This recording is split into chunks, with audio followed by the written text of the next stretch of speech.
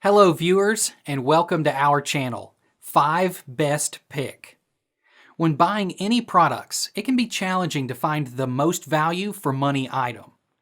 To make your purchase decision easier, in this video we picked only the best tools by comparing hundreds of products based on a few criteria and ranked them. For example, features of the product, manufacturer's reputation, value for money, and most importantly, user feedback. If you choose from this list, you can be rest assured that you are buying the best product. Please do check the product link in the description box below, and don't forget to subscribe to our channel to enjoy more awesome contents like this. So, without any delay, let's get started.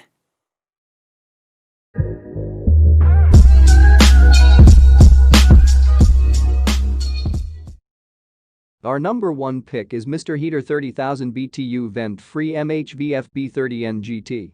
This little heater packs a punch, able to heat up to 751,000 sq-feet depending on insulation in no time.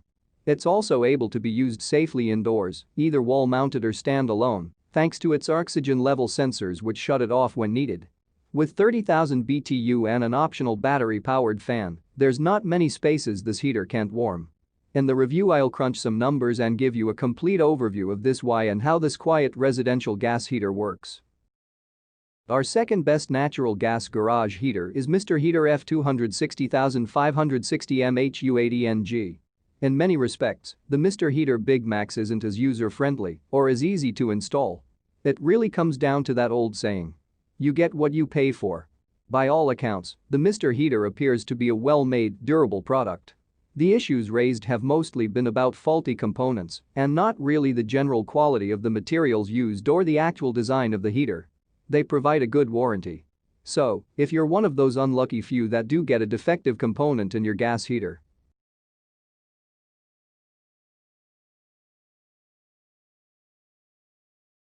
number 3 in our list is Modine HD45 AS0111. If you have a small space or just need a warm garage for a few hours a week, you may want to look at some other options available. This unit weighs in at a beefy 60 pounds, so make sure you put it in a spot that can support its weight, whether that be a wall-mounted or on the ceiling. The best part about this heater is it doesn't obnoxiously spurt out hot air, instead is a steady stream that evenly spreads throughout the room. If you're working with varnish or paints, you'll understand why you don't want heavy spurts of air throwing up dust or other debris. Let's watch more. Hanging furnaces are installed in garages and warehouses. They're hung from the ceiling and require no ductwork. They loft the air right into the room, heating that space for you. Typically, they come in natural gas and propane models and are available in both direct vented and separated combustion types. Direct vented models have an induced draft blower which actually forces the exhaust through the vent piping and out of the building. But the combustion air, the air being consumed in the fire inside the heat exchanger, is actually drawn in from the room itself that's being heated. Separated combustion is a little more sophisticated. It actually draws that combustion air in from outdoors. This is particularly important if there are flammable gases being used in the room that's being heated, if there's a lot of painting or if there's solvents being used. Also when there's a lot of sawdust in the air. I have a hanging furnace available here. This particular model is a direct vented version. You can see the louvers on the front, which can be adjusted in order to loft that air into the room you're heating. And behind them you can see the actual heat exchanger tubes.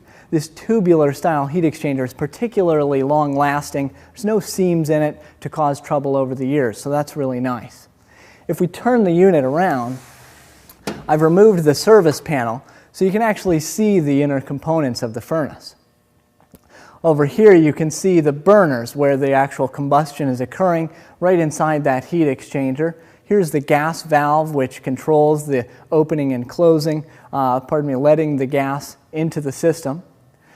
The wiring for the high voltage is here, and then the control wire, which will hook to a simple wall thermostat, can be connected right to terminals on that control board. Here's the induced draft blower motor, which is pushing that exhaust out of the unit and to the outdoors for you. And here you can see the connection for that exhaust pipe. If we continue to turn this unit, you can actually see the propeller fan that moves the room air across the heat exchanger, sending it out through the front and warming the space. Here at Alpine, we have a number of capacity hanging furnaces available to meet your needs, from the smallest garage, just needing to take the edge off in winter when you're tinkering with your car, to much larger warehouses and garages that need more capacity. Check our website for specific capacities and give us a call if you have any questions. Our fourth pick is Heatstar by Enerco F125444. The included thermostat is all you need to hook up before you start using this.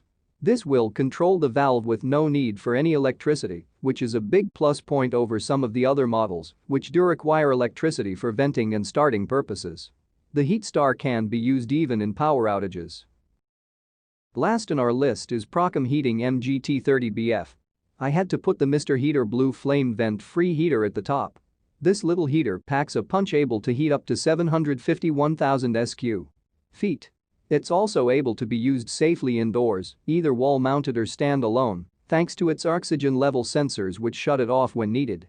I'll crunch some numbers and give you a complete overview of this why and how this quiet residential gas heater works.